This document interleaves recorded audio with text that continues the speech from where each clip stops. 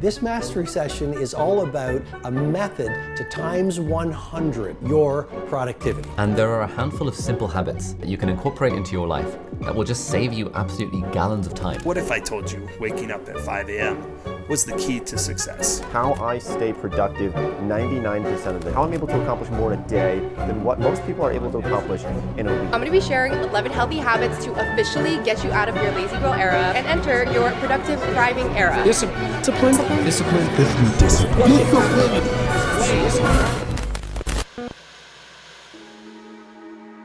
Productivity tips have a toxic effect on me. They either don't work and leave me with a feeling of frustration, or they work and leave me with an illusion of progress, which eventually leads to frustration.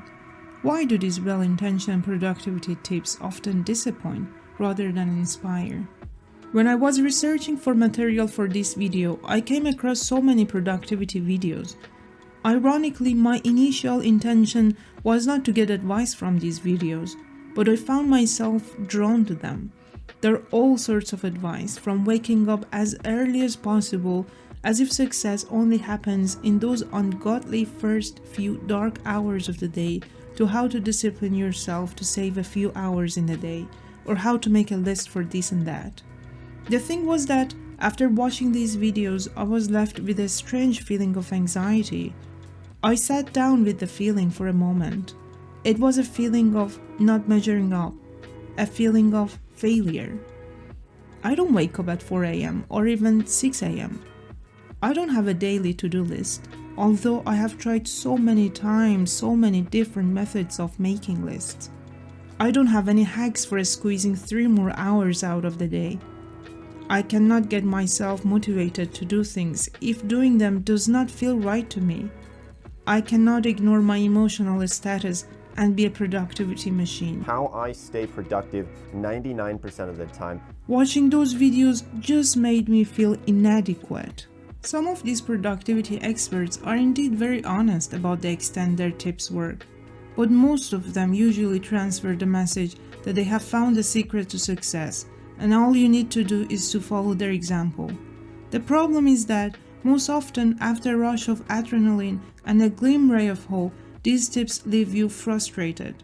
When I was watching those videos, I doubted myself, thinking if it was working for them, and perhaps for many others, perhaps I was the problem. But my experience with these productivity tips is that they are a double-edged sword. They either don't work and leave you with a feeling of frustration, or they work and leave you with an illusion of progress, which eventually leads to frustration. But what is it about these well-intentioned productivity tips that they give a promise of progress, a promise that it is possible to be a productivity machine, while at the same time leaving us feeling inadequate?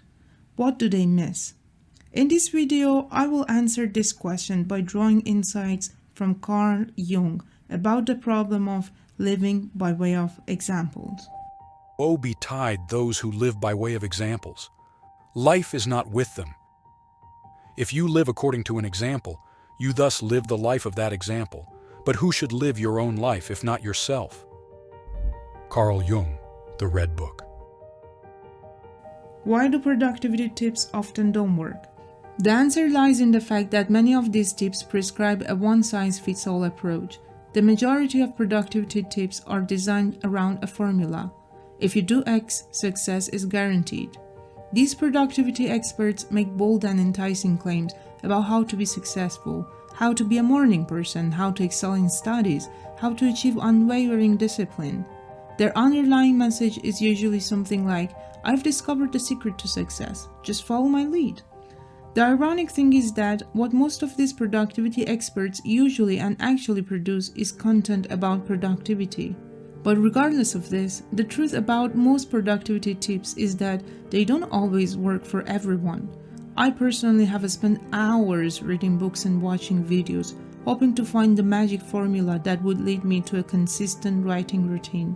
But no matter how much I have tried, I couldn't make a habit of these tips. After a brief period of progress, I always revert to my own comfortable habits. I think the reason is that these tips aren't true to everyone's original creative self. The productivity tips usually miss the point that each person's creative and productive process is unique. Sometimes to ignite your creativity, you might need to do things that seem odd to the outside world. The essential point here is that we all have unique personality traits and quirks. Perhaps you're the type who finds inspiration watching soap operas all morning before beginning your creative work in the afternoon. Or perhaps you're someone who comes up with brilliant ideas while wandering around the office. Productivity tips tend to ignore these individual nuances. These personality traits are usually considered as odd. They're considered as flaws and faults that need to be corrected. But this rigid approach can stifle your creative and productive energies because it's simply not aligned with your true self. Productivity tips often overlook the diversity of individual paths to success. Their tips might work for some people or for some time, but for most of us and most of the time, they just create an illusion of progress. These tips often come with a false promise of guaranteed success. They suggest that by following a prescribed formula, you're guaranteed to achieve greatness. You might think by sticking to a specific rigid routine advised by the productivity experts, you're actually progressing. But this is just an illusion. Following a rigid plan does not mean progress. All the progress you might make is having a rigid routine, which usually is meaningless. These productivity tips usually leave your work look stale and uninspired. They make it hard to maintain the momentum because they don't resonate with your true self. They're usually like shoes that don't quite fit, no matter how much you try to squeeze your feet into them. By following someone else's path, you betray your own. You seek the way through mere appearances. You study books and give ear to all kinds of opinion. What good is all that? There is only one way, and that is your way. Only one law exists, and that is your law. Only one truth exists, and that is your truth. Carl Jung, The Red Book. How about the actual successful and creative people? Do they really follow a standard productivity formula? The paradox here is that most genuinely successful and creative people do not follow standard rules or laws. They do not follow other people's path to success. They don't conform to what is considered the normal path to success. They create their own. They do not live by way of examples. People who make their dreams come true are aware of their own limitations and quirks. They use these limitations to their advantage. Our limitations, flaws, and bad habits might hold the secret to our success. They're what make up our unique way of expressing ourselves in life. But what do I mean by limitations and flaws? You seek the path. I warn you away from my own. It can also be the wrong way for you. I will be no savior, no lawgiver, no master teacher unto you. My path is not your path, therefore I cannot teach you. Giving laws, wanting improvements, making things easier, has all become wrong and evil. May each one seek out his own way. There is a part of our personality that shows our core nature, our primary way of functioning more than anything else. It's what we might call our dark side. This is the side of us that sometimes acts irrationally, following its own rules and desires. I'm talking about those urges we can't always control, the stubborn habits we can't seem to break, and those contradictory tendencies that push us in an unexpected directions. These conflicting forces add depth and intrigue to our lives.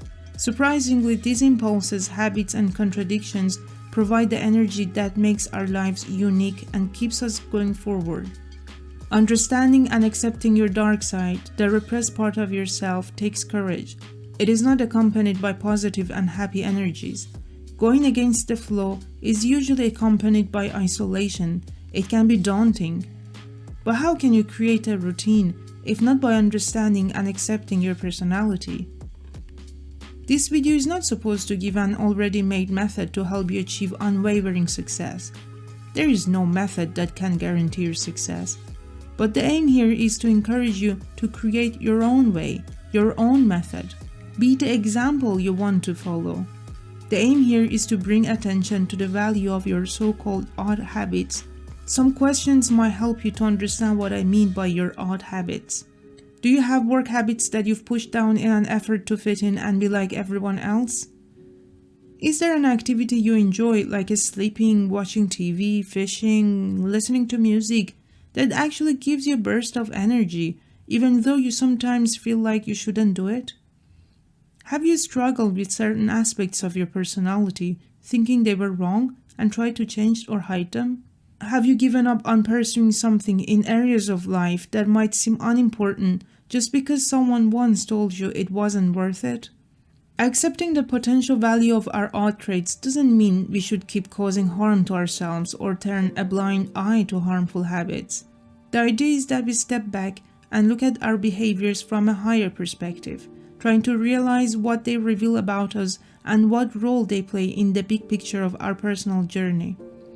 The dark side of our personality, the impulses, habits, and contradictions that make us unique should not be suppressed. Instead, we should explore how they can be used to fuel our personal and professional growth. We should not try to measure up to a standard way of doing things, which just creates feelings of inadequacy.